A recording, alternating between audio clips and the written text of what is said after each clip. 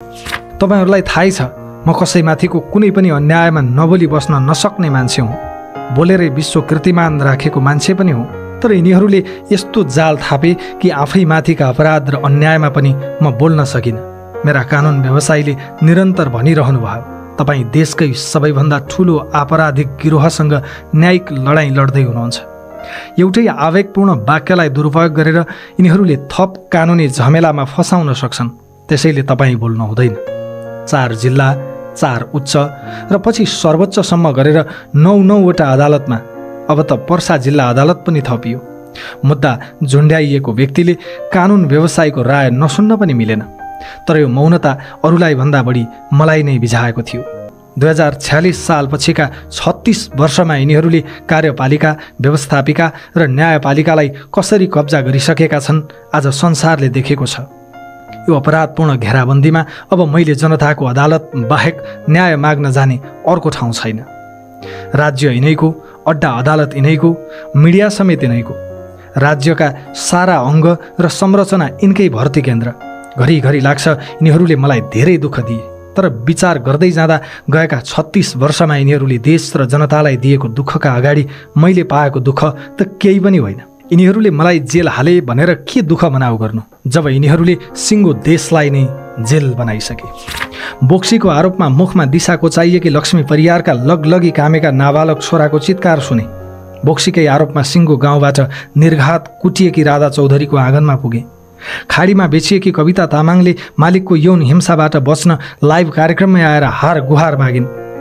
एउटै घरको पल्लो कोठामा साथीमाथि भएको जबरजस्ती यौन दुर्व्यवहार देखेकी अर्की चेली इराकदेखि लाइभ आइन्। म स्टुडियोमा मात्र बसिन, सुपरभाइजरको यौन शोषणका कारण अबुधाबीमा आत्महत्या गर्न बाध्य भएकी अष्टमी गुरुङको न्यायका लागि अबुधाबीदेखि गोरखा आरुघाटसम्म पुगे। सिङ्गो गाउँलाई मिटर ब्याजको पासोमा पारेका श्याम परदेशीको अत्याचारको स्थलगत रिपोर्टिङ गरे। ऋण मिनाहा गर्ने शर्तमा गाउँलेका ससाना छोरीहरूलाई आफूसँग रात बिताउन पठा भन्ने घृणित साहुकारहरूसँग जवाफ मागे। मेरो सञ्चारकर्म अलपत्र पूर्वाधार, खुल्लम खुल्ला घुसखोरी, सरकारी अड्डामा नागरिकले पाएको शास्ति, विभिन्न हिंसा, विभेद, ठगी र अपराधको शिकार भएका आम जनताको आँसु र चित्कारतिर सोझियो। विदेशमा समेत ठगिएर जागिर गुमाएर अस्पताल भर्ना भएका, जेलमा कुजिएर बसेका सयौं नेपाली दाजुभाइ दिदीबहिनीका पीडाले दिमाग रन्थनिन्थ्यो। म मान्छु टेलिभिजनमा मेरो स्वर चर्कै सुनियो। सञ्चारकर्मीको रूपमा म उच्च पदस्थहरूको डिनरबाट फर्केर समाचार पढ्दिनथेँ। लुटिएका, ठगिएका, हेपिएका आम जनताका अर्थनाद, चित्कार र क्रन्दन सुनेर स्टुडियो छिर्थेँ। अनि स्वर कसरी नरम हुन सक्थ्यो? आदरणीय आमाबुबा, दाजुभाइ तथा दिदीबहिनीहरू, नमस्कार, जय घन्टी। पार्टी स्थापनाको 3रो वर्ष पुगेको यस बेला मैले यो अपिल 9725 नम्बरको थुनुवाका रूपमा भैरहवा कारागारबाट पठाएको छु। आशा छ कुनै न कुनै माध्यम र तरिकाबाट तपाईँहरूबीच पुग्नेछ। तपाईँहरूले मलाई 2 पटक कीर्तिमानपूर्ण मतका साथ संसदमा पुर्याउनु भयो। भर्खर जन्मिएको राष्ट्रिय स्वतन्त्र पार्टीलाई करिब 12 लाख मत दिनुभयो। त्यो मतले झस्केकाहरू चितवन र तनहुँको उपचुनावको परिणामले झन तर्सिए। स्वस्थ र प्रजातान्त्रिक विधिबाट रासोपासँग अब राजनीतिक प्रतिस्पर्धा गर्न सकिन्न र लुटको स्वर्ग भत्कन्छ भन्ने निष्कर्षमा पुगेपछि यिनीहरू म विरुद्ध षड्यन्त्रमा लागे। त्यो षड्यन्त्र कति भयानक थियो र त्यसमा कसलाई कसरी प्रयोग गरियो, सिङ्गो राज्यको कसरी दुरुपयोग भयो, तपाईँहरूले आफ्नै आँखाले देखिरहनु भएको छ। तपाईँहरूलाई थाहै छ म कसैमाथिको कुनै पनि अन्यायमा नबोली बस्न नसक्ने मान्छे हुँ। बोलेरै विश्व कीर्तिमान राखेको मान्छे पनि हुँ। तर यिनीहरूले यस्तो जाल थापे कि आफैमाथिका अपराध र अन्यायमा पनि म बोल्न सकिनँ। मेरा कानुन व्यवसायीले निरन्तर भनिरहनु भयो, तपाईँ देशकै सबैभन्दा ठुलो आपराधिक गिरोहसँग न्यायिक लडाईँ लड्दै हुनुहुन्छ। एउटै आवेगपूर्ण वाक्यलाई दुरुपयोग गरेर यिनीहरूले थप कानुनी झमेलामा फसाउन सक्छन्। त्यसैले तपाईँ बोल्नु हुँदैन। 4 जिल्ला, 4 उच्च र पछि सर्वोच्चसम्म गरेर 9वटा अदालतमा, अब त पर्सा जिल्ला अदालत पनि थपियो। मुद्दा झुन्ड्याइएको व्यक्तिले कानुन व्यवसायीको राय नसुन्न पनि मिलेन। तर यो मौनता अरूलाई भन्दा बढी मलाई नै बिझाएको थियो। चाहे अरू जतिवटा झुटा मुद्दा खेप्न परोस्, अब बोल्छु भन्ने लागेरै चैत 18 गते पार्टी कार्यालयबाटै घोषणा गरेँ, चैत 23 गते चितवनमा बोल्छु। संयोग भनौँ कि सत्य, परिणाम मेरा कानुन व्यवसायीले चेतावनी दिए जस्तै भयो। चैत 22 गते नै उच्च अदालतले मलाई थुन्ने आदेश गर्यो। अब त सर्वोच्च पनि थपिसकेको छ। म विरुद्धका षड्यन्त्र अझै सकिएका छैनन्। 2046 सालपछिका 36 वर्षमा यिनीहरूले कार्यपालिका, व्यवस्थापिका र न्यायपालिकालाई कसरी कब्जा गरिसकेका छन् आज संसारले देखेको छ। यो अपराधपूर्ण घेराबन्दीमा अब मैले जनताको अदालत बाहेक न्याय माग्न जाने अर्को ठाउँ छैन। राज्य यिनैको, अड्डा अदालत यिनैको, मिडिया समेत यिनैको, राज्यका सारा अङ्ग र संरचना यिनकै भर्ती केन्द्र। घरिघरि लाग्छ यिनीहरूले मलाई धेरै दुःख दिए, तर विचार गर्दै जाँदा गएका 36 वर्षमा यिनीहरूले देश र जनतालाई दिएको दुःखका अगाडि मैले पाएको दुःख त केही पनि होइन। यिनीहरूले मलाई जेल हाले भनेर के दुःख मनाउ गर्नु, जब यिनीहरूले सिङ्गो देशलाई नै जेल बनाइसके। आदरणीय देशवासीहरू, जेलको कोठरीबाट आज म आफ्नै जीवनको समीक्षा गरिरहेको छु। त्यो समीक्षा म तपाईँहरूलाई पनि सुनाउन चाहन्छु, तर नेताका रूपमा होइन, एउटा छोराको रूपमा, एउटा भाइ वा दाइका रूपमा, एउटा सामान्य नागरिकका रूपमा।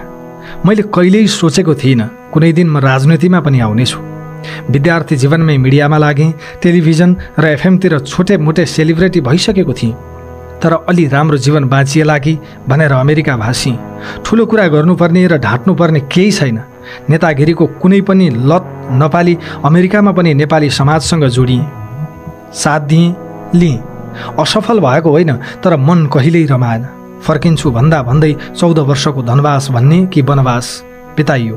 संसारकै लामो टेलिभिजन टक सोको रेकर्ड राख्न मन लाग्यो।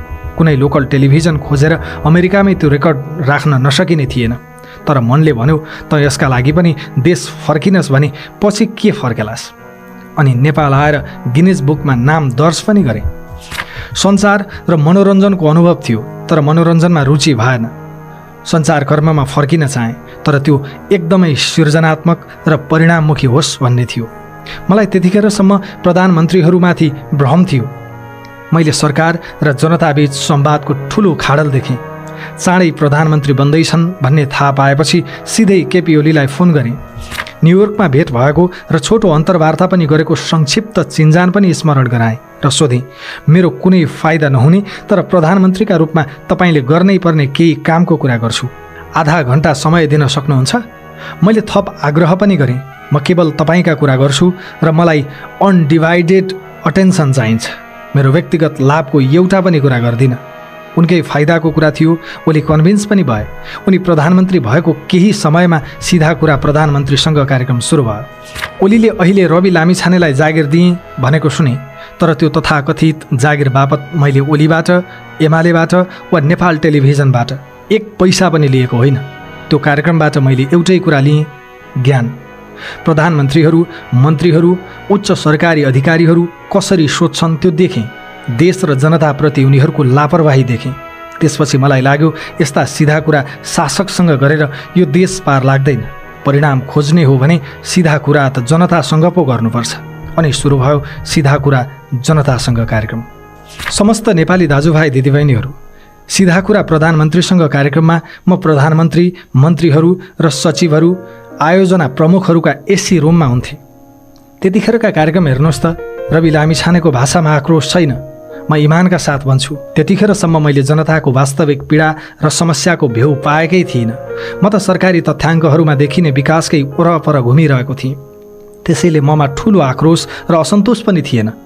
म पनि अरू मूलधारका सम्पादक जस्तै शान्त सुनिन्थेँ। तर सिधा कुरा जनतासँग पछि बल्ल मेरो यो देश र जनताको सत्यसँग सामना सुरु भयो। बोक्सीको आरोपमा मुखमा दिशा कोचाइएकी लक्ष्मी परियारका लगलगी कामेका नाबालक छोराको चित्कार सुने। बोक्सीकै आरोपमा सिङ्गो गाउँबाट निर्घात कुटिएकी राधा चौधरीको आँगनमा पुगे। खाडीमा बेचिएकी कविता तामाङले मालिकको यौन हिंसाबाट बच्न लाइभ कार्यक्रममै आएर हार गुहार मागिन्। एउटै घरको पल्लो कोठामा साथीमाथि भएको जबरजस्ती यौन दुर्व्यवहार देखेकी अर्की चेली इराकदेखि लाइभ आइन्। म स्टुडियोमा मात्र बसिन, सुपरभाइजरको यौन शोषणका कारण अबुधाबीमा आत्महत्या गर्न बाध्य भएकी अष्टमी गुरुङको न्यायका लागि अबुधाबीदेखि गोरखा आरुघाटसम्म पुगे। सिङ्गो गाउँलाई मिटर ब्याजको पासोमा पारेका श्याम परदेशीको अत्याचारको स्थलगत रिपोर्टिङ गरे। ऋण मिनाहा गर्ने शर्तमा गाउँलेका ससाना छोरीहरूलाई आफूसँग रात बिताउन पठा भन्ने घृणित साहुकारहरूसँग जवाफ मागे।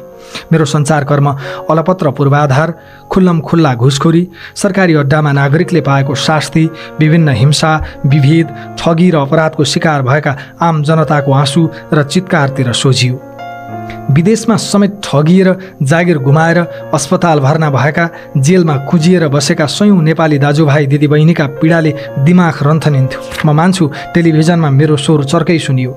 सञ्चारकर्मीको रूपमा म उच्च पदस्थहरूको डिनरबाट फर्केर समाचार पढ्दिन थिएँ।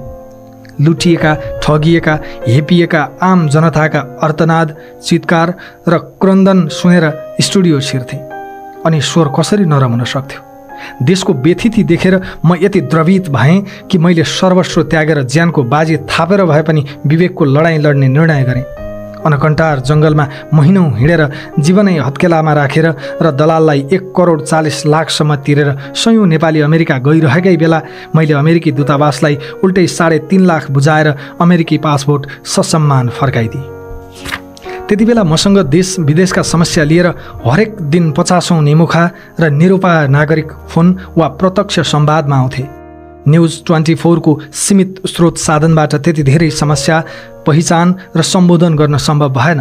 म विकल्पको खोजीमा रहेका बेला अलि स्रोत सम्पन्न मानिएका हिमालय र AP1 का मालिक सम्पर्कमा आए। उनीहरूसँग सम्झौताको ड्राफ्ट आदान प्रदान हुँदै थियो। यही सेरोफेरोमा एउटा समाचारको सन्दर्भमा एकपटक मात्र चिन्जान भएका पूर्व DIG छविलाल जोशीले मलाई अलिक ताकेता नै गरी जीवी राईसँग भेटाए। उनीहरू ठुलो लगानीमा गुणस्तरीय टेलिभिजन खोल्दै रहेछन्। मिलेर काम गरौँ भने 15% सेयर दिने भए। मैले कुनै आर्थिक दायित्व बोक्न नपर्ने गरी लिखित सम्झौता नै गरियो। समाचार र कार्यक्रमको जिम्मेवारी मेरो र आर्थिक जिम्मेवारी जीवी राईको रहने कुरा सम्झौता पत्रमा स्पष्ट पारियो। सम्झौतामा पहिलो पक्षका रूपमा जीवी राईले, दोस्रो पक्षका रूपमा मैले र साक्षीका रूपमा छविलाल जोशीले हस्ताक्षर गर्यौं। यसरी ग्यालेक्सी 4K टेलिभिजनमा जोडिए। यसअघि जीवी राईको 7 पुस्तासँग र उनी सम्बद्ध कुनै व्यापारी, व्यवसायी, परिवार, आफन्तसँग मेरो 7 पुस्ताको नातागोता, चिन्जान, भेटघाट, सम्पर्क, व्यापार, व्यवहार केही थिएन। आदरणीय दाजुभाइहरू, न्युज 24 को तुलनामा म एउटा कार्यक्रममा सिङ्गो स्टेसनको नेतृत्वकर्ता भएँ। स्टुडियो सानोबाट विशाल भयो। सञ्चारकर्मीको सञ्जाल अझ ठुलो भयो। टेलिभिजनको स्क्रिन अझ उज्यालो भयो। तर मैले थाहा पाएँ, जतिसुकै ठुलो टेलिभिजन भए पनि गैर जिम्मेवारले शासन गरेको देशमा बढीमा कराउन मात्र सकिन्छ, बदल्न केही सकिन्न। यो देशमा जिम्मेवारीमा भएकाहरूलाई कराएर, सम्झाएर र नागरिकका पीडा देखाएर केही फरक पर्दैन। सञ्चारकर्मकै बीचमा मैले सप्तरीमा 52 मुसहर परिवारको बस्ती र दुर्गम कालीकोटमा 15 बेडको सुविधा सम्पन्न अस्पताल निर्माणको नेतृत्व पनि नलिएको होइन। विदेशमा अलपत्र कयौं नेपालीको उद्धार नगरेको पनि होइन। कोभिड महामारीमा विपन्न नागरिकसम्म अक्सिजन र खाद्यान्न पुर्याएकै हो। यी कुरालाई उपलब्धि मानेर म आत्मरतिमा रमाउन पनि सक्थेँ। तर देशको बृहत चित्रमा हेर्दा मलाई मनैदेखि लाग्यो यी सबै उपलब्धि एउटा विषाक्त समुद्रबाट केही थोपा पानी निकाले जस्तो मात्रै हुन्। यो देशमा केही गर्ने हो भने व्यथितिको ज्वरो नै उखेल्नुपर्छ। अनि सल्लाहमै निशुल्क पाएको सेयर निशुल्कै फिर्ता गरेर म ग्यालेक्सी टेलिभिजनबाट बाहिरिएँ। सञ्चारकर्म छोडेर राजनीतिमा आउने निर्णय त गरेँ, तर प्रवेश कसरी? मसँग 2 विकल्प थिए। या त स्थापित पार्टीभित्रै छिरेर हस्तक्षेप गर्ने, या नयाँ पार्टीका संरचना खडा गरेर स्थापितलाई घचघच्याउने। 2वटै विकल्पमा घनीभूत छलफलमा लागे। तर स्थापित दलहरूको दलदलमा छिरेर अल्मलिनुभन्दा उपयुक्त निष्कर्ष निस्कियो नयाँ दल गठन। यो पनि कम चुनौतीपूर्ण कहाँ थियो र? पार्टीको नेतृत्व गरिदिन आग्रह गर्दै म कसको दैलोमा पुगिन। देशले मानेका र समाजले चाहेका प्राय सबैसँग मैले कल्पना गरेको दलको नेता बनिदिन आग्रह गरेँ। म सघाउँछु, तपाईँहरूले नेतृत्व गरिदिनुहोस् भने धेरैले मानेनन्। सन्दुक रुइतदेखि कुलमान घिसिङसम्म, राजेश हमालदेखि अनिल केशरी शाहसम्म यस्ता कयौं व्यक्तिसँग पार्टीको नेतृत्व गरिदिन हार गुहार गरेँ। कसैले विश्वास नगरेपछि मात्रै म आफै सभापति भएर पार्टी दर्ता गरेको हुँ। पार्टी खोलिसकेपछि पनि नेतृत्व लिनुहोस् वा कम्तीमा पनि उम्मेदवार बनिदिनुहोस् भनेर मैले कयौं ढोकाहरू ढकढकाएँ। तर मेरो चुनाव प्रचारको समय नष्ट मात्रै भयो। धेरैले मानेनन्। जनताले रासोपालाई चौथो ठुलो पार्टी बनाए। करिब 11% समानुपातिक मत पायौँ। नयाँले पनि के नापे भनेको सुनिन्छ कहिलेकाहीँ। हो, अपेक्षा गरे जति नभएको पक्कै होला, तर म सोध्न सक्छु, परिवर्तनका लागि जनताले दिएको मत पार्टी सभापतिका रूपमा रवि लामिछानेले व्यापारी र माफियालाई बेच्यो त? समानुपातिक मत भनेको नेतालाई बेचेको मत जस्तो बुझिन्थ्यो। नेताले या परिवार, नातागोता र दासहरूलाई सांसद बनाउँथे या व्यापारीलाई बेच्थे। त्यस्तै गर्यो त रासोपाले। प्रत्यक्षमा जस्तै रासोपाले आफूले पाएको समानुपातिक मतमा पनि जनताका सबैभन्दा प्रतिबद्ध प्रतिनिधि छान्यो। म गर्वका साथ सोध्न सक्छु, एसिड आक्रमणमा परेकी बिन्दवासिनी कंसकारलाई कहिल्यै संसदमा लैजान्थे यिनीहरूले? प्रदेश छोडेर फर्किएकी सुमना श्रेष्ठ यिनीहरूको पार्टीमा कहिल्यै अटाउने थिइन्? स्थापित भनिएकाहरूले कहिले दिन्थे मनिष झा र सन्तोष परियारहरूलाई पालो? देशको अर्थतन्त्र जर्जर हुँदा समेत डाक्टर स्वर्णिम वाग्ले जस्तो विश्वले मानेको अर्थविदलाई लत्याएकाले कहिले चिन्थे डाक्टर चन्दा कार्कीहरू? यिनीहरूले कहिल्यै प्रत्यक्ष निर्वाचनमा उतार्थे त तोसीमा र सोभिता जस्ता भरभराउँदा युवाहरूलाई? माफियालाई टिकट बेच्नेहरूले कहिल्यै मौका दिन्थे त हरि ढकालहरूलाई? मन्त्री बनाउँथे त विराज भक्त श्रेष्ठ, शिशिर खनाल जस्ता क्षमतावान युवालाई? वर्तमान व्यवस्था र संविधान मानेरै पुराना राजनैतिक दलभित्र रहेको विकृति विसङ्गति सम्बोधन गर्ने गरी हामीले नयाँ पार्टी बनायौँ। आज रासोपा बिनाको प्रतिनिधि सभा कल्पना पनि गर्न सकिँदैन। जनताका होनहार छोराछोरीको संसदमा उपस्थिति, तिनको मेहनत र निष्ठाको राजनीतिलाई स्वीकार गर्न पनि यो देशका विद्वान विश्लेषकहरूलाई किन गाह्रो परेको हो मैले बुझ्न सकेको छैन। देशको परिस्थितिलाई मूल्याङ्कन गर्दै लम्बेतान आर्टिकल लेख्न र विश्लेषण गर्न रवि लामिछानेलाई पनि नआउने होइन, तर रवि लामिछानेले यस्ता विश्लेषणको प्रभाव देखिसकेको छ। मलाई यो देशको व्यथितिको थप व्याख्या गर्नु छैन, व्यथिति भत्काउनु छ। व्यथितिका वाहकहरूलाई निवेदन दिएर वा अनुरोध गरेर यो देशमा थितिको शासन सुरु हुँदैन। यिनीहरूलाई ललकारेर र धावा बोलेर मात्र थिति बसाल्न सकिन्छ। यिनीहरूलाई चुनौती दिएको मूल्य अहिले मैले तिरिरहेको छु, तर म विचलित छैन। यो आँट र सङ्कल्प भत्काउन यो देशको इतिहासका सबैभन्दा ठुला ठगहरूले उल्टै मलाई ठग साबित गर्ने षड्यन्त्र गरिरहेका छन्, तर म अलिकति पनि हल्लिएको छैन। एकथरी साथीहरू सोध्नुहुन्छ, सरकारमा किन गएको? यसमा मेरो प्रति प्रश्न छ, जनताले हामीलाई दिएको 12 लाख हाराहारी मत यो देशमा हस्तक्षेप गर्न थियो कि संसदमा निवेदन गर्न? निवेदन, अनुरोध, आग्रह, बिन्ती त टेलिभिजनबाटै गरिरहेको थिएँ। कराउन मात्र त टेलिभिजनबाटै कराइसकेको थिएँ। हस्तक्षेप गर्न जनतासँग मत मागेको थिएँ, सत्ताबाटै हस्तक्षेपको प्रयास गरेँ। अब मूल कुरा भन्छु, रवि लामिछानेले पातालबाट ल्यायो बेचन झा। सरकार र समीकरण नै बदलिने गरी भयो त्यसको प्रतिक्रिया। रातारात मिले काङ्ग्रेस र एमाले। मान्छेहरू भन्छन्, तैँले गृहमन्त्रीका रूपमा बालकोटतिर किन आँखा लगाइस्, किन तर्साइस् बुढा नीलकण्ठका दाजुभाउजूलाई? मैले अतिरिक्त केही गरेको होइन, विधिको शासन प्रमाणित गर्न खोजेको मात्रै हुँ। मैले चोरको खुट्टा च्वाट्ट काट्नु भनेको हुँ, स्वाट्ट खुट्टा ककसले र किन ताने तिनै जानन्। गृहमन्त्रीका रूपमा मैले व्यक्ति चिनिनँ, केवल विधि चिने। भोलि पनि मैले चिन्ने त्यही हो। जहाँसम्म डरको कुरा छ, रवि लामिछाने यिनीहरूसँग नडराएकै हो, नडराउने नै हो। यिनीहरूले अहिले बन्द गर्लान् बेचन झाहरूको फाइल। जनताको मत र साथ लिएर ती फाइल फेरि खोल्ने नै हो। यिनीहरूलाई अपराधको दण्ड दिने नै हो। गृह मात्र होइन, हामीले सम्हालेका कुनै पनि मन्त्रालयमा एउटै प्रश्न उठेन। सुमना श्रेष्ठ भन्नुहोस् या डिपी अर्याल, शिशिर खनाल भन्नुहोस् या विराज भक्त श्रेष्ठ, हाम्रा कुनै पनि मन्त्रीले जनताले दिएको मतलाई लज्जित बनाएनन्। हरेक मन्त्रीले मन्त्रालयमा सकारात्मक भाव रोपेर फर्के। नातावाद, कृपावाद वा अनियमितताको एउटै आरोप नखेपी सत्ताबाट फर्केको अरू कुनै पार्टी छ नेपालमा? एकाथरी आलोचकहरू मलाई सत्ता लुलुपको आरोप लगाउँछन्। म तिनलाई यति भन्छु, रवि लामिछानेले प्रधानमन्त्रीको अफर दुत्कारेको हो। हामीले पाएको जनमत प्रधानमन्त्री बन्न होइन भनेर छाडेको हो। अवसर आयो होइदिउँ न भनेको भए कसले रोक्थ्यो र? प्रधानमन्त्री बनिदेऊ भनेर मध्यरातसम्म मेरै हस्ताक्षर कुरेर बसेको थियो काङ्ग्रेसको मूल नेतृत्व। मैले मानिनँ। भोलिपल्टदेखि तिनैले मलाई सहकारी ठग भन्न थाले। मेरो प्रश्न छ, त्यसैको दण्ड स्वरूप आज थुना बेहोरिरहेको मान्छे सत्ता लोलुप हो कि विद्रोही? उपचुनावको परिणामपछि ठुला दल, त्यसमा पनि नेपाली काङ्ग्रेसका साथीहरू हामीसँग तर्सिए। त्यो परिणामले देखायो जनताको चेतना अर्कै ठाउँमा पुगिसकेको छ।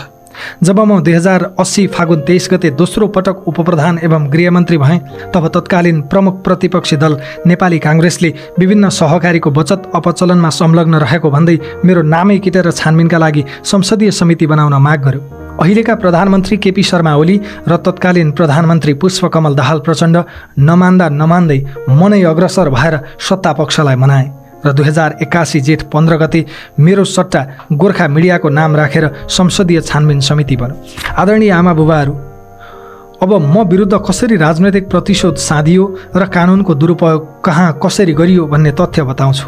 पहिलो संसदीय छानबिन विशेष समितिको प्रतिवेदनको पेज नम्बर 449 मा मलाई आरोप लगाइएको प्रकरणको निष्कर्षमध्ये एउटा बुँदामा लेखिएको छ, सहकारी संस्थाबाट रकम गोर्खा मिडिया नेटवर्क प्रालीमा आउने सम्पूर्ण प्रक्रियामा रवि लामिछानेको संलग्नता पुष्टि हुने कागज प्रमाण रहेको नभेटिए तापनि सोही रकम गोर्खा मिडियामा आइसकेपछि सोको परिचालन र खर्च प्रक्रियामा उहाँको सहभागिता देखिन्छ। प्रतिवेदनको पेज नम्बर 449 कै अर्को बुँदामा भनिएको छ, कम्पनीमा साझेदारका रूपमा बहाल रहेको अवधिमा सहकारीबाट कम्पनीमा आएको रकमको हकमा जिम्मेवार रहेको हुँदा प्रचलित कानुन बमोजिम कारबाहीका लागि नेपाल सरकारलाई सिफारिस गर्ने। यसरी प्रतिवेदनले 3वटा सन्दर्भ स्पष्ट भनेको छ। पहिलो, सहकारीबाट गोर्खा मिडियामा पैसा आएको हो। दोस्रो, ल्याउने प्रक्रियामा रवि लामिछानेको संलग्नता पुष्टि भएन। तेस्रो, रकम आएपछि खर्च गर्ने गराउने प्रक्रियामा संलग्न रहेको हकमा दायित्व पर्ने भए प्रचलित कानुन बमोजिम कारबाही गर्नु। प्रतिवेदनले बकाइदा खर्च गरेको हकमा दायित्व पर्ने भए प्रचलित कानुन बमोजिम गर्नु भनेको छ।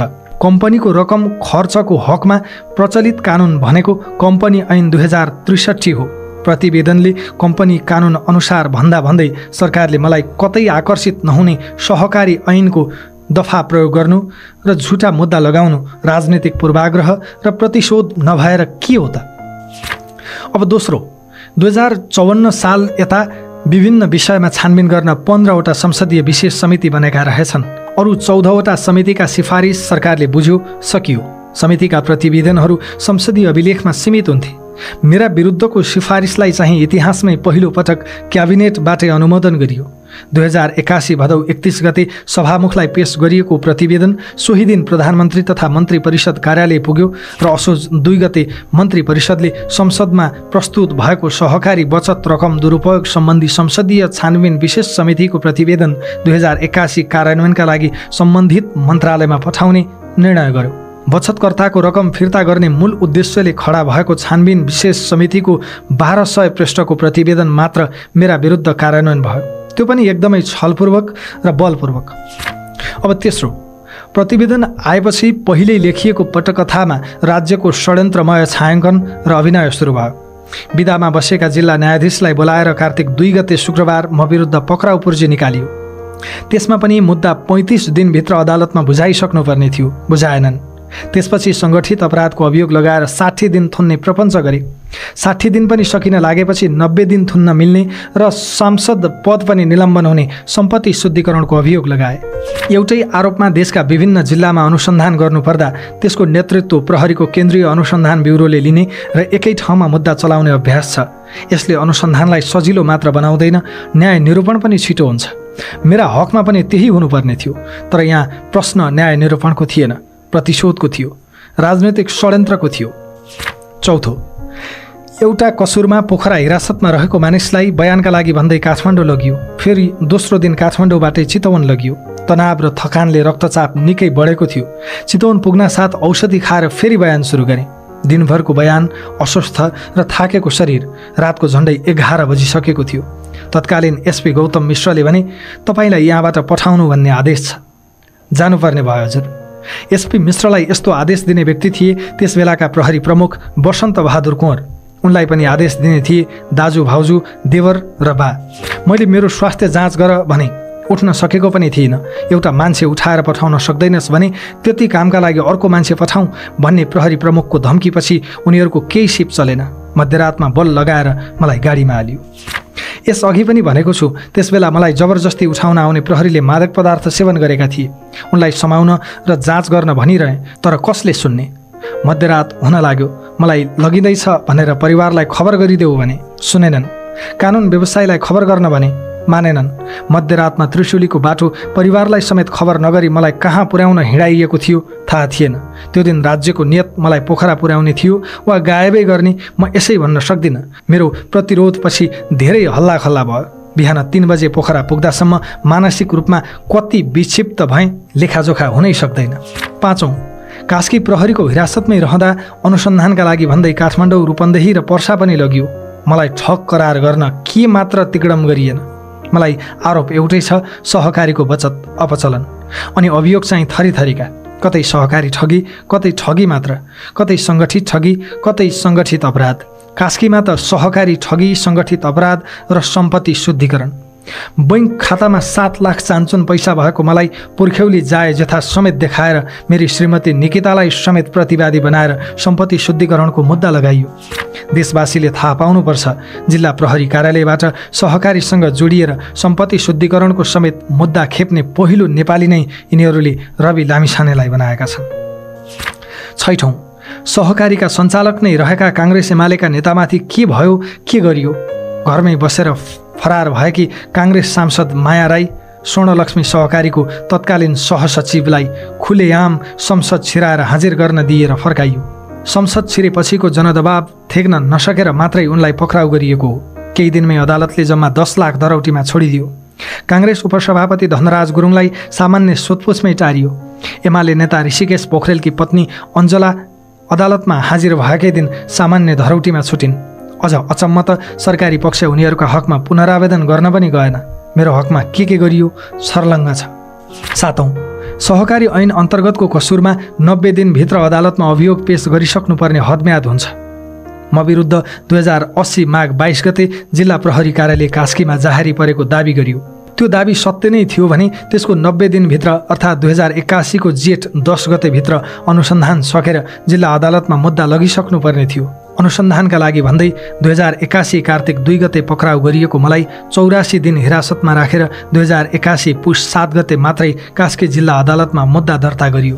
कानुनमा तोकिएको हद म्याद नागी मुद्दा दर्ता गर्नु देवानी र फौजदारी कानुनको सामान्य सिद्धान्त विपरीत त थियो भने विशिष्टकृत कानुन सहकारी ऐनमा हदम्यादको व्यवस्था हुँदाहुँदै सामान्य कानुन मुलुकी अपराध संहिता 2074 को दफा 249 अनुसार मुद्दा चलाउन खोज्नु व्याख्यात्मक कानुनको सिद्धान्त प्रतिकूल पनि थियो। अनुसन्धान र अभियोजनमा हकदैया, क्षेत्राधिकार र हदम्याद एकदमै महत्त्वपूर्ण विषय हुन्। तर म विरुद्धको मुद्दामा यी तीनै विषयको पूर्णतः व्यवस्था गरियो र कानुन अनुसार चल्दै नचल्नुपर्ने र चल्नै नहुने मुद्दा चलाइयो। 8औं, चैत 22 गते उच्च अदालत तुलसीपुरको बुटवल इजलासले मलाई थुनामै पठाउने निर्णय गर्यो। साँझ 7:30 बजेतिर। त्यसको केही मिनेट नबित्दै प्रहरी मलाई पक्राउ गर्न आइपुग्यो बेडरुममै। त्यस क्रममा प्रहरीले ज्यादती मात्रै गरेन, अन्तिम इच्छा नै सोध्यो। पक्राउ पुर्जी समेत लिएर नआएको प्रहरीले मेरो बेडरुममै बसेर पुर्जी बनायो। पक्राउ गर्न आएको काठमाडौँ उपत्यका अपराध अनुसन्धान कार्यालयको टोलीले दिएको पुर्जीमा अदालतको अनुमति पत्र बमोजिमको पक्राउ पुर्जी लेखियो, जबकि उनीहरूसँग अदालतको अनुमति पत्र नै थिएन। जिल्ला प्रहरी परिसर काठमाडौँले सोही दिन चैत 22 गते दिएको पुर्जीमा फैसला कार्यान्वयनको आदेश अनुसार प्रहरी अनुसन्धानमा राखी अनुसन्धान गर्नुपर्ने भएकाले लेखियो। फैसला कार्यान्वयनका लागि न अनुसन्धान गर्नुपर्छ न हिरासतमा राख्नुपर्छ, थुनामा पठाउने हो। भैरवा पुर्याएपछि जिल्ला प्रहरी कार्यालय रूपन्देहीले दिएको पुर्जीमा कार्यालयको प्रहरी हिरासतमा राख्नुपर्ने भएकाले लेखियो। पक्राउ एउटै, तर प्रहरीको युनिट पछि पक्राउको कारण फरक फरक। चैत 22 गते पक्राउ गरेको प्रहरीले 25 गते बिहान मात्रै रूपन्देही जिल्ला अदालत उपस्थित गरायो र बल्ल अदालतले थुनुवा पुर्जी दियो। थुनुवा पुर्जी दिनु अघिको मेरो पक्राउ पूर्णतः गैर कानुनी थियो। तर सिङ्गै देश गैर कानुनी सिन्डिकेटले चलाएको बेलामा एउटा व्यक्तिको मौलिक अधिकारले कति पो महत्त्व राख्छ र? राज्यका सबै अङ्ग तिनैका भर्ती केन्द्र भएको देशमा न्यायका लागि ढकढकाउन कुनै ढोका छ कि छैन भन्ने आशंका कसरी अड्छ? आदरणीय आमाबुबा, दाजुभाइ तथा दिदीबहिनीहरू, जसको निवेदनलाई मोहरा बनाएर ममाथि झुटा मुद्दा खडा गरियो, तिनले सार्वजनिक रूपमै भनेका छन्, हामीले रवि लामिछाने थुन्न निवेदन दिएका होइनौँ। हामीले दिएको निवेदनमा रवि लामिछानेको नाम नै छैन। बचत फिर्ताको मागमा दिएको निवेदनलाई प्रहरीले नै दुरुपयोग गरी रवि लामिछानेतर्फ सुझाएको भनेर निवेदकले नै भनेको तथ्यमा न्यायालयले पनि आँखा चिम्लिनुलाई म सामान्य मानौँ कि असामान्य? मेरै निवेदनलाई देखाएर रवि लामिछानेलाई थुनेको भए म त्यो पापको भागीदार बन्दिनँ भनेर निवेदककर्ताले सार्वजनिक रूपमा भन्दा पनि त्यसको सुनवाई हुन्न भने यो विधिको शासन हो कि जङ्गलराज? मेरो कार्यकालमा ग्यालेक्सी टेलिभिजनमा जीबी राईले गरेको लगानीको स्रोत हेटौँडाको जग्गा बिक्रीबाट आएको पैसा हो भनेर कम्पनीको अडिट रिपोर्टमा बकाइदा उल्लेख छ। अडिट रिपोर्टमै भनेपछि यो देशमा व्यावसायिक साझेदारको सम्पत्तिको स्रोत खोज्न को गएको छ र जान्छ? न कानुनले नै खोज्नुपर्छ भन्छ, न अधिकार हुन्छ साझेदारलाई। टेलिभिजन सुरु भएको 1.5 महिनामै छविलाल जोशी अमेरिका गए। जीवी 7 देशमा रहेका कम्पनीका मालिक हुँ भन्थे। नेपालमा भेटिँदैनथे। काम रोक्न भएन, कर्मचारीको तलब रोक्न भएन, आर्थिक कारोबार रोक्न भएन। 7 महिनाभित्र टिभी खोल्ने सम्झौताको बुँदामा हस्ताक्षर गरेको छु। म फिल्डमा पनि गइरहन्थेँ। लेखाका साथीहरू चेकमा सही गरेर छाडिदिनुहोस् न सर भन्थे। त्यही बेला कोरोनाको दोस्रो भेरिएन्ट चलिरहेको थियो। त्यसमाथि पैसा जीविकै, दायित्व जीविकै, लेखापाल जीविकै। जीवीको आर्थिक कारोबारमा त्यो बेलासम्म कहीँ कतै प्रश्न उठेको पनि थिएन। कम्पनीमा रवि लामिछानेले कुनै आर्थिक दायित्व लिने छैन भनिएको लिखित सम्झौता छँदै थियो। त्यस्तो प्रबन्ध निर्देशकसँग मुख्य लगानीकर्ताले भनिसकेपछि चेकमा सही गर्दिन भन्न सक्ने नैतिक आधार पनि हुँदैनथ्यो, थिएन। ती मध्येका केही चेकहरू भविष्यमा म विरुद्ध षड्यन्त्रका ठुला हतियार हुन्छन् भनेर त्यतिखेर मैले कसरी कल्पना गर्नु? 3 वर्षपछि 1 ट्रक कागजहरू खोतलेर हेर्दा जीवीको निजी खाताबाट सम्झौता बमोजिमकै पैसा मेरो निजी खातामा आउँदा जीवीले आफ्नो खातामा सहकारीबाट पैसा ल्याएको रहेछ भन्ने पत्ता लाग्यो। मेरो मानवीय क्षमताले जीवीको व्यक्तिगत खातामा कहाँबाट पैसा आएर बसेको छ भनेर देख्न सक्थ्यो र? यो दुनियाँमा कसैको ह्युमन क्यापासिटीले भ्याउने कुरा हो त्यो? रवि लामिछानेले अर्बौं ठगेको प्रमाण हामीसँग छन्, आफै निवेदन दिएर सहकारीबाट पैसा निकालेका प्रमाण छन् भनेर संसदमा सादा कागज देखाउँदै गर्जेका नकचराहरूले अहिलेसम्म के दिए त प्रमाण? यिनले महिनौँ लगाएर खोजे, तर कुनै एउटै सहकारीमा रहेछ त रवि लामिछानेको ऋण पाऊँ भन्ने एउटै निवेदन? कुनै सहकारीमा भेटियो त रवि लामिछानेको एउटै हस्ताक्षर? कुनै सहकारीमा रहेछ त रवि लामिछाने पदाधिकारी, सदस्य, कर्मचारी? पदाधिकारी, सदस्य, कर्मचारी नै नभई कसैले ठग्न सक्छ त सहकारीलाई? अनि पदाधिकारी नै रहेकाहरूलाई अदालतले 2-4 लाख धरौटीमा छोडेको देशमा म सहकारीमै नजोडिएको मान्छेलाई यतिसम्म प्रताडित गरेपछि देशमा जिउँदो देखिन्छ त कानुन, विधिको शासन र न्याय? यो देशमा नैतिकता छ भन्ने भ्रममा अब म छैन। त्यसैले कसैको मानहानिको दबावमा पनि छैन। यो लोकतन्त्र होइन जहाँ राज्यका अङ्गबीच शक्ति सन्तुलन होस्। यो त सीमित नेताहरूले पछिल्ला 36 वर्षमा तयार गरेको आपराधिक सिन्डिकेट हो, जहाँ हरेक ठाउँमा यिनैका कार्यकर्ता र खेताला छन्। यिनीहरूले राज्यका अङ्गहरूसहित भागबण्डामा पारिएका संवैधानिक निकायहरूलाई समेत एउटै रावणका फरक टाउका बनाइसकेका छन्। अरू संवैधानिक निकाय छोडिदिनुहोस्, न्यायपालिकाकै अवस्था के छ? पूर्व न्यायाधीश सुशीला कार्कीको पुस्तक न्याय पढे मात्रै पनि सर्लङ्ग हुन्छ। न्यायाधीश बन्ने ढोका यिनैले खोल्छन्, यिनैले बन्द गर्छन्। नेताहरूले नचाहे संसदीय सुनवाई नै नगरेर न्यायाधीश र प्रधान न्यायाधीश बन्न दिँदैनन्। त्यसैले पार्टीकै कार्यकर्ता पनि हुन परेन। रोल क्रममा परेको न्यायमूर्तिले करियरकै बलि चढाएर म बबुरु रवि लामिछानेलाई किन र कसरी दिन्छ न्याय? जति माथि गयो न्यायपालिका त्यति बढी दबावमा किन छ भने न्याय परिषद र संसदीय सुनवाईका 2 तरबार हमेसा न्यायमूर्तिमाथि छन्। यो कालकोठरीबाट म घरिघरि सोध्छु, आफै यति अन्याय, दबाव र प्रभावमा बाँचेको न्यायपालिकासँग मैले अलि धेरै अपेक्षा राखेर अन्याय पो गरेँ कि? आदरणीय आमाबुबा, दाजुभाइ तथा दिदीबहिनीहरू, मेरा विरुद्धका आदेश लेख्नु अघि इजलासमा किन अस्वाभाविक गतिविधिको शङ्का हुन्छ म आफै चिन्तित छु। अदालतहरूबाट आदेश सार्वजनिक हुनु अघि नै निश्चित मिडियामा कसरी लिक हुन्छ? दिउँसै सकिएका बहस घण्टौँपछि जम्मा 5-7 पेजमै फैसला किन आउँछ? 24 घण्टामा फैसला गरिसक्नुपर्ने बन्दी प्रत्यक्षीकरण जस्तो रिट मेरै हकमा पटक पटक हेर्न नमिल्ने हुँदै 1 महिनासम्म किन लम्बिन्छ? मेरै मुद्दामा जिल्लाकै फैसला सदर भयो भनेर वेबसाइटमा आउँछ अनि एकैछिनमा फेरि मेटेर किन सच्याइन्छ? बुटवलमा आदेश भएको केही मिनेटभित्रै काठमाडौँमा प्रहरी मलाई पक्राउ गर्न बिस्तरासम्मै कसरी आइपुग्छ? आदेशपछि पुरा हुनुपर्ने कानुनी र अदालती प्रक्रिया त परको कुरा। पक्राउका लागि आवश्यक सामान्य कागजात समेत प्रहरीले कसरी मेरै बिस्तरामा तयार गर्ने आँट गर्छ? कसरी र किन सोध्छ अन्तिम इच्छा? म साँच्चै विस्मित छु। आफ्नो भन्दा पनि देशको नियति सम्झेर चिन्तित छु। अदालतको आदेश सुन्न बसेकी मेरी श्रीमती निकितालाई एक्लै छाडेर आदेश सुनाउने कर्मचारी सोझै मिडिया किन र कसरी जान सक्छ? जबकि निवेदक पनि भएकाले सबैभन्दा पहिले आदेश सुन्ने हक निकिताको हुन्थ्यो। अब मेरो जीवनको उद्देश्य व्यक्तिगत उन्मुक्ति होइन, सीमित नेताहरूको अहिलेको आपराधिक सिन्डिकेटबाट सिङ्गो देशको उन्मुक्ति हो। रवि लामिछानेले नाकको डाँडी भाँच्नुपर्छ भनेको थियो भनेर निकै ट्रोल बनाइयो। बनाइँदैछ।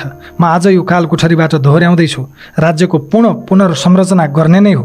ममाथि अत्याचार गर्ने लोकतन्त्र होइन, ओली थापाहरूको कुटिल षड्यन्त्र र लेखक बडालहरूको कानुनी प्रपञ्च हो। विधिको शासन त यिनीहरूले उहिल्यै समाप्त पारिसकेका हुन्। हरेक संवैधानिक निकायमा यिनले धारिला हतियार लुकाएका छन्। यो सिन्डिकेटमा केही सीमित नेताहरू बाहेक कोही सुरक्षित छैन। अब देशलाई मैले भन्नुपर्छ, म सिस्टम भित्रैबाट न्यायका लागि प्रयास त गरौँला, आश्वस्त छैन। यसो भनिरहँदा न्यायालयप्रतिको मेरो विश्वासलाई मैले दागबत्ती नै दिइसकेको छैन। ढिलो चाँडो म माथिको अन्याय अदालतले देख्नेछ। जति चित्त दुखे पनि आश गर्ने अदालतभन्दा अर्को ठाउँ पो कहाँ छ र? अब म आफूमाथिको राजनैतिक षड्यन्त्र विरुद्ध जनताको अदालतमा पनि लड्न प्रतिबद्ध छु। आजबाट मैले आफ्नो मुद्दा दुनियाँकै सबैभन्दा ठुलो अदालत जनताको अदालतमा पनि दर्ता गराउने निधो गरेको छु। म माथि राजनीतिक प्रतिशोध साधेको हो भन्ने लाग्नेले हस्ताक्षर गरी सहयोग गरिदिनुहोला। मेरो विपक्षमा अहिले जे जस्ता आधार देखाइएका छन् ती कुनै पनि सहकारीका होइनन्, कम्पनीका हुन्। चाहे बैंक खाता सञ्चालन, चाहे चेकमा हस्ताक्षर वा सेयर स्वामित्व, यी सबै कम्पनीसँग सम्बन्धित क्रियाकलाप हुन्। सहकारी संस्था बचत रकम दुरुपयोग सम्बन्धी विशेष छानबिन प्रतिवेदन 2081 कार्यान्वयनका नाममा ममाथि यति धेरै ठाउँमा, यति धेरै अदालतमा अत्याचार गरिँदैछ कि त्यही प्रतिवेदनले नेपालीमै भनेको छ, कुनै पनि सहकारीबाट ऋण ल्याउन रवि लामिछानेको कुनै भूमिका छैन। तर ममाथि राजनैतिक प्रतिशोध साधेर झुटा मुद्दा लगाइयो। ममाथि चलेका सबै मुद्दाका जाहेरीहरू यो सरकार बनेपछि, रमेश लेखक गृहमन्त्री भएपछि मात्रै दर्ता भएका हुन्। प्रहरीले तयार पारेर राखेको जाहेरीमा डर, लोभ, प्रलोभन र झुटो आश्वासन दिलाएर ल्याप्चे लगाउन लगाइएका निवेदनहरूमा मुद्दा चलाइएको छ। मेरा लागि मुद्दा चलाउन मान्छे हात समातेर ल्याउनु परेको छ।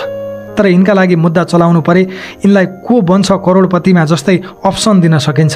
भन, कुन मुद्दामा अनुसन्धान होस् भन्ने चाहन्छौ? यिनले गरेको करतुत मध्ये यिनैले रोजेको एउटाबाट मुद्दा चलाउँदा पनि यिनको बाँकी जीवन जेलमा बित्छ, जाए जथा राज्य कोषमा दाखिला हुन्छ। समयले यो अधुरो, अपुरो र नेपाली जनताले देख्न चाहेको दृश्य चाँडै पुरा गर्नेछ भन्ने कुरामा म ढुक्क छु। मेरै हातले त्यो शुभ कार्यमा हस्ताक्षर गर्न पाएनन् भने पनि मेरा कानले त्यो समाचार अवश्य सुन्नेछन्। म मरेछु, मारिएछु भने पनि देशले एक दिन यो समाचार सुन्नेछ। परिवर्तनको घन्टी सिंहदरबार छिरिसकेको छ। एउटा बिन्दुमा पुगेपछि घन्टी बज्छ मात्र होइन, घन्टीले बजाउँछ पनि। अहिले म थुनिएको बुटवलको सुप्रिम सहकारीका विभिन्न तहका पदाधिकारी, शाखा प्रमुख र कर्मचारी नै धरौटीमा रिहा भएका छन्। सहकारीका तत्कालीन सचिव दिपेश पुन 4 लाख धरौटीमा रिहा भए। जीवी राई सम्बद्ध विभिन्न सहकारीमा सूचना प्रविधि विभागको प्रमुख रहेका भविश्वर अर्यालले 18,40,000 रुपैयाँ धरौटी बुझाएर पुग्यो। सुप्रिम सहकारीको भैरहवा शाखाका व्यवस्थापक दुर्गा पाण्ड्य चापागाई 18 लाख धरौटी बुझाएर छुटे। त्यही सहकारीका कर्मचारी पनि थुनामा छैनन्।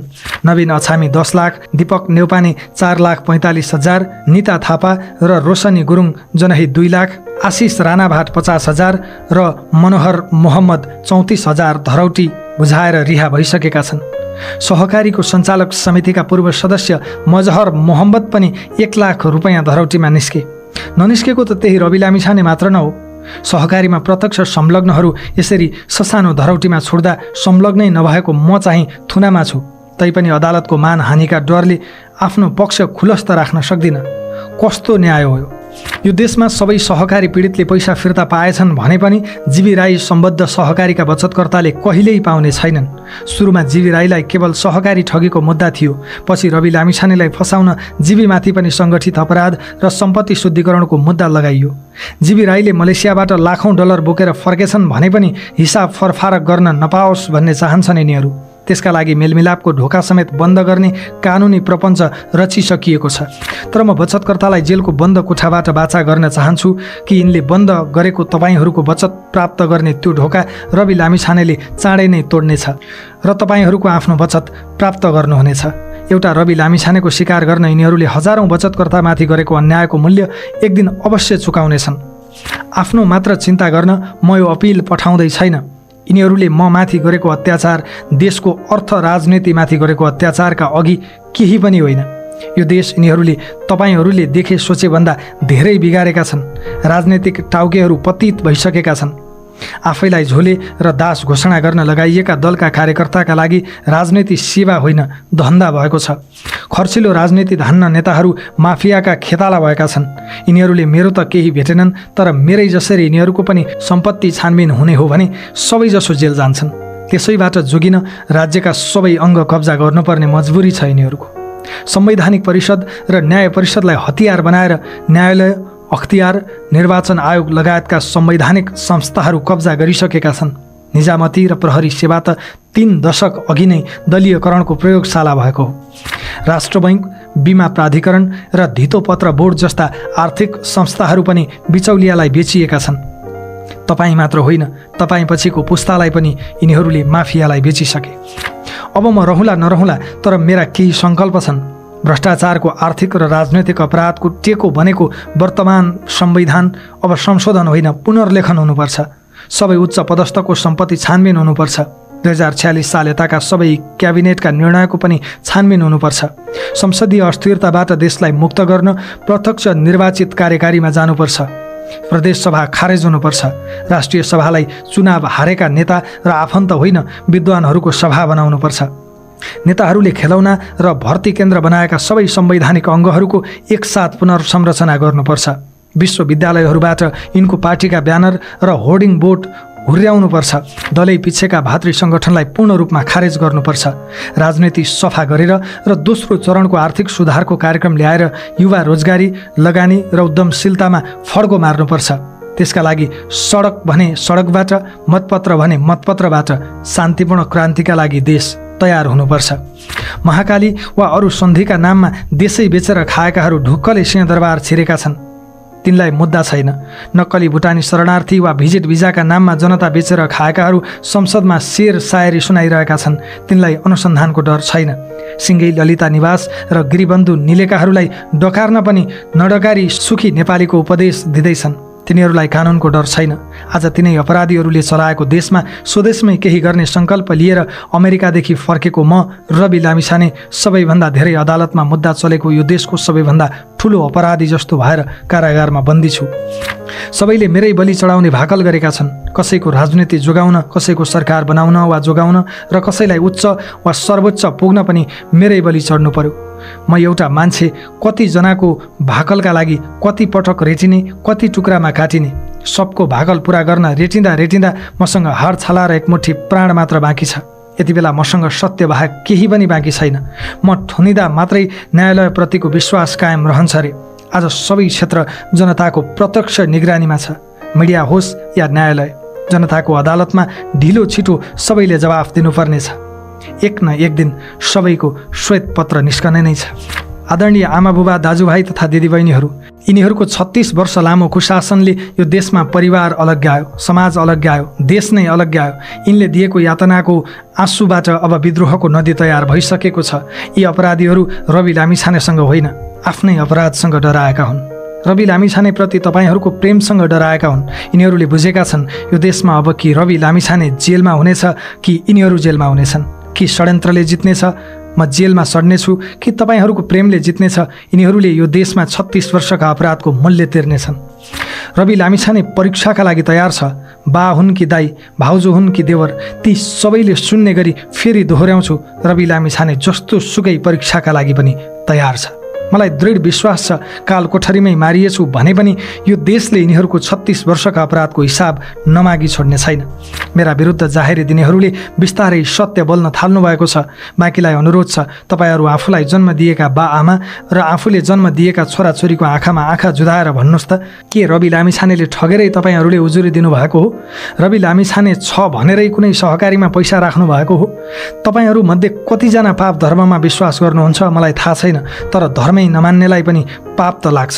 कसैले कसैको लोभमा, स्वार्थमा या दबावमा मेरा विरुद्ध उजुरी दिनुभयो? एकपटक छातीमा हात राखेर आफैलाई सोध्नुहोस्, रवि लामिछाने ठगै हो त? जसले यो पढ्नुभयो उहाँहरूले पढ्न नसक्ने आमा बुबालाई मेरो सन्देश सुनाइदिनु होला। तपाईँहरूको रवि लामिछाने यिनीहरूको काल कोठरीसँग डराएको छैन, आत्तिएको छैन, हिम्मत हारेको छैन। तपाईँको रवि लामिछानेसँग कारागारका पर्खालभित्रबाट पनि देशद्रोहीलाई तर्साउने नैतिक बल र साहस छ। मैले सङ्गठित अपराध गरेको हुँ कि सिङ्गो राज्यको दुरुपयोग गरेर ममाथि सङ्गठित अपराध भइरहेको छ, यसको निर्णय जनताकै विवेकको अदालतमा होस्। चरम अन्यायको शिकार भई थुनुवाको रूपमा रहेको मेरो भनाइले कसैलाई बिझाएछ भने पनि ममाथि थप निर्मम हुने ठाउँ अब कति नै पो बाँकी होला र। ममाथिको राजनैतिक प्रतिशोध विरुद्ध जनताको हस्ताक्षर अभियानमा साथ दिन आग्रह गर्दै यति भन्छु, यिनीहरूले मलाई लगाएको हत्कडी त बिउ हत्कडी हो। यो फल्न फुल्न र हुर्कन धेरै दिन लाग्ने छैन। स्वर्ग जस्तो देशलाई नर्क बनाएका अपराधीहरू षड्यन्त्रकै बलमा अब धेरै दिन जोगिन सक्ने छैनन्। म मारिएछु भने पनि जनताले यिनीहरूका हातबाट तस्करले दिएका घडी खोस्नेछन् र हत्कडी लगाउनेछन्। त्यो दिन धेरै टाढा छैन।